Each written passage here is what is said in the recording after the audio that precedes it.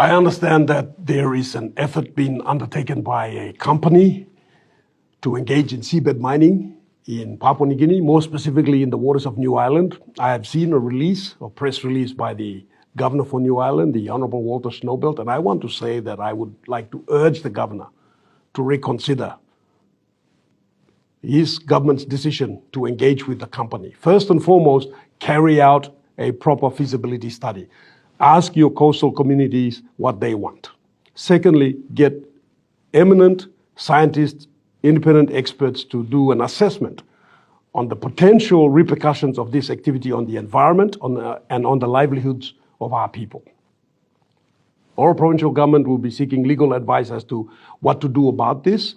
We are very concerned that this may have an impact on our communities as well, given the fact that it's in the ocean.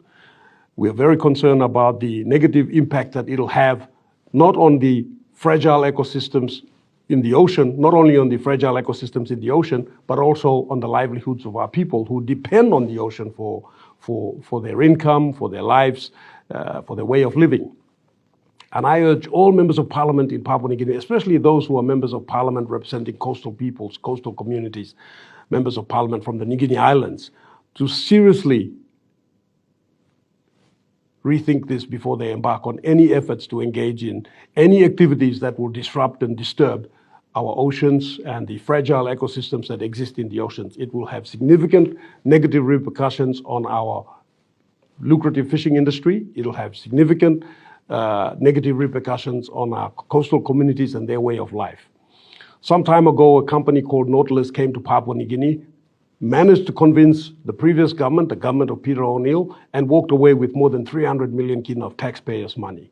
The government of the day then ignored more than 18,000 signatures put on a petition and delivered to the then mining minister, Honorable Byron Chan, to stop this activity that had never been carried out in any other part of this world, and to this date hasn't been allowed in any other part of this world. Most countries do not want this because they listen to their scientists who have said that the unknowns are too great to ignore. There hasn't been a significant study on the impact on the pelagic waters in the oceans, which is the area where these activities will be taking place, and the repercussions on life forms, life vents, and ecosystems in that particular area. This is something that a number of eminent scientists have spoken up against, and we should not be embarking on this. I recall that the Prime Minister of Papua New Guinea, in one of his earlier presentations, stated that Papua New Guinea would not entertain seabed mining. So I urge the good governor for New Ireland to rethink his decision and to first sanction a study to be carried out by experts, by scientists, as to what the repercussions will be on the environment, the fragile ecosystems in the ocean, the impact on the fisheries sector, and the impact on the livelihoods of our coastal communities. In our province, it's a no from us. Thank you.